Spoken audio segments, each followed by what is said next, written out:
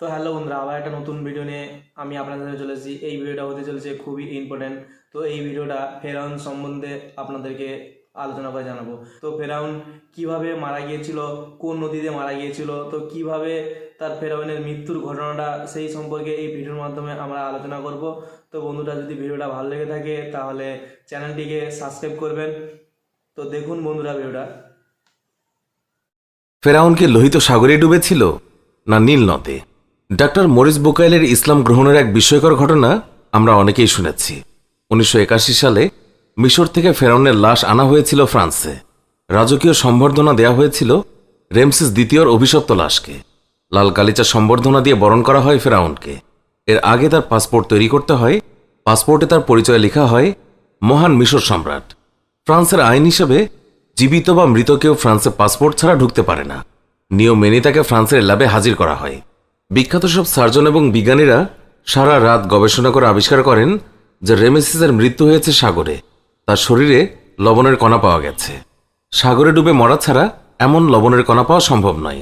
এছাড়া তার কয়েকটি হাড়ে চোটের চিহ্নও প্রমাণ করে বড় বড় ঢেউ রুখতে গিয়ে তার এই অবস্থা হয়েছে। ডাক্তার মরিস বুকাইলেকে কেউ একজন বলে মুসলমানদের কোরআনেও এমন তথ্য রয়েছে। বুকাইলে বিস্মিত হন, বলেন অসম্ভব। ফেরাউনের মৃত্যুর এই তথ্য আমরা কেবলই আবিষ্কার করলাম। আজ থেকে 1400 বছর আগে মুহাম্মদ কি করে এমন কথা বলবেন? পরে তিনি যখন কোরআন শরীফ খুলে নিজে যখন এইসব আয়াত দেখেন, তখন সঙ্গে সঙ্গে ইসলাম গ্রহণ করেন। সুবহান আল্লাহ। এ থেকে প্রমাণ হয় যে কোরআন আল্লাহর কালাম। মরিস বুকাইলের জন্ম 1920 সালে, মৃত্যু 1998 সালে। 70-এর দশকে তিনি সৌদি আরবের বাদশাহ ফয়সাল ও মিশরের আনোয়ার সাদাতের পারিবারিক চিকিৎসক ছিলেন। এরপর হঠাৎ 80-র দশকে ইসলাম সম্পর্কে তার আগ্রহের খবর পাওয়া যায়। উপরের গল্পটির মতো নানান গল্প ছড়িয়ে পড়ে মুসলমানদের মাঝে। মরিস বুকাইলিকে নিয়ে অনেক তর্ক আছে আরবে। সেই সব তর্কে না গিয়ে মূল আলোচনায় প্রবেশ করি। ফেরাউন আসলে কোথায় ডুবেছিল? লোহিত সাগরে না নীল নদে? উপরের গল্প যথার্থ হলে বলতে হবে সাগরে ডুবেছিল, নীল নদে নয়। বুকাইলির গল্পকে একমাত্র উপাত্ত হিসেবে গ্রহণ করা যায় না, কারণ রেমেসিস দ্বিতীয়ই কি মুসা আলাহিসাল্লামের সময়ের ফেরাউন কিনা এ নিয়ে প্রত্নতাত্ত্বিক ও ঐতিহাসিকদের মতানৈক্য এখনও শেষ হয়নি। মুসা ও অভিশপ্ত ফেরাউন আজ থেকে 3500 বছর আগের সময় তাদের অবস্থান। সেই সময়ের লবণের কণা এখনও শরীরে লেগে থাকার তথ্য বিশ্বাস করতে বিজ্ঞানমনস্ক মুসলিমদের কষ্ট হবে। আমরা সরাসরি কোরআন থেকেই এর সমাধান বের করার চেষ্টা করতে পারি।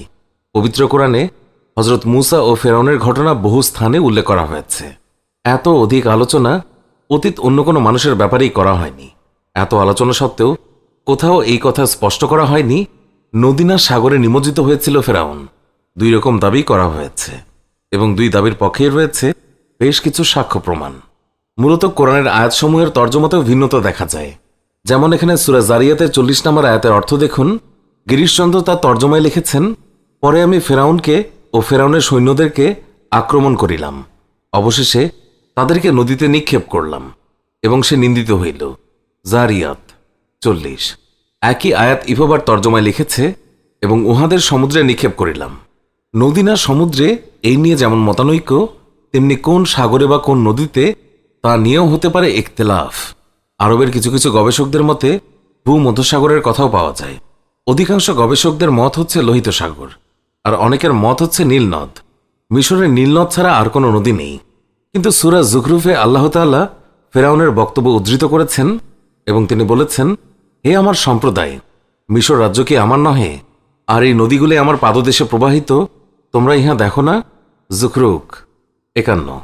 এই আয়াত থেকে বোঝা যায় মিশরে একসময় আরও নদ নদী ছিল। সাম্প্রতিক সময় নাসার বিজ্ঞানীরা প্রাচীন মিশরে আরও নদী থাকার দাবি করেছেন। তাই যদি হয়, অন্য কোনো নদীতেও ফেরাউনের ডোবার সম্ভাবনা উড়িয়ে দেওয়া যায় না।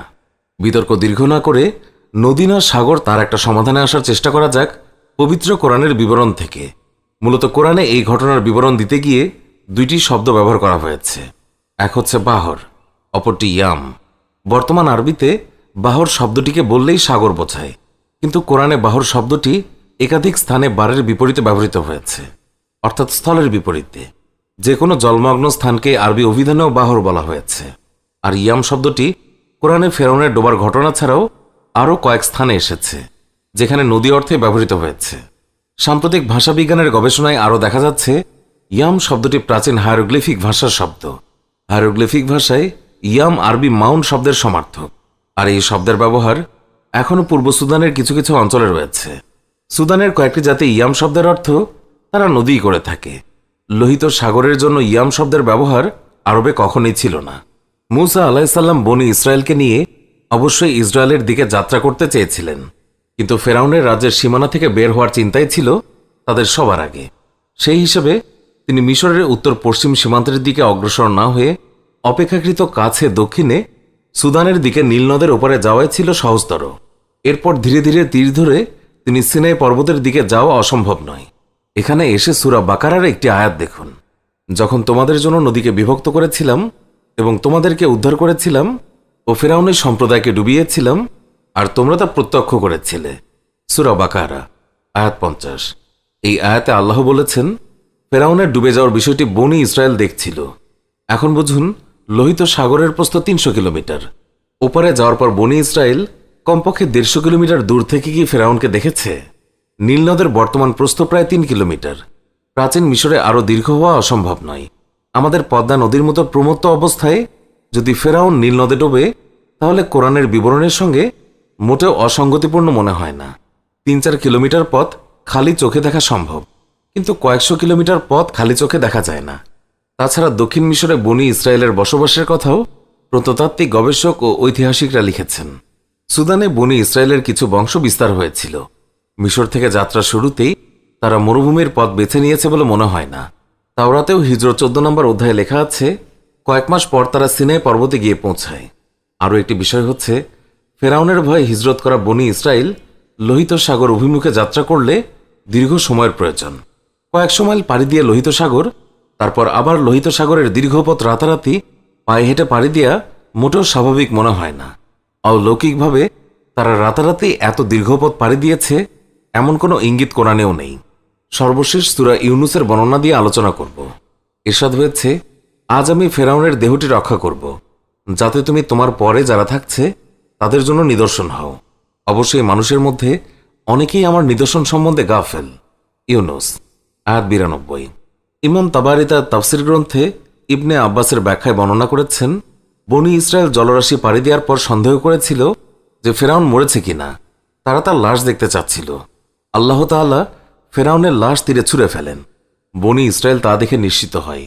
এখন অনেকেই এর অর্থ করেছেন, কিয়ামতের আগ পর্যন্ত তার লাশ সংরক্ষিত থাকার কথা আল্লাহ বলেছেন। অথচ নিশ্চিত করে এমন দাবি করা যায় না। কোরআনের আয়াতের অর্থ ইবনে আব্বাস এবং অন্যান্য মুফাসসিরা যা করেছেন তাতে বরং অন্য কিছুই বোঝা যায়। এই দীর্ঘ আলোচনা থেকে আমাদের শিক্ষা হচ্ছে, আমাদের অবশ্যই আল্লাহ এবং আল্লাহর রাসূলের ওপর ঈমান আনতে হবে।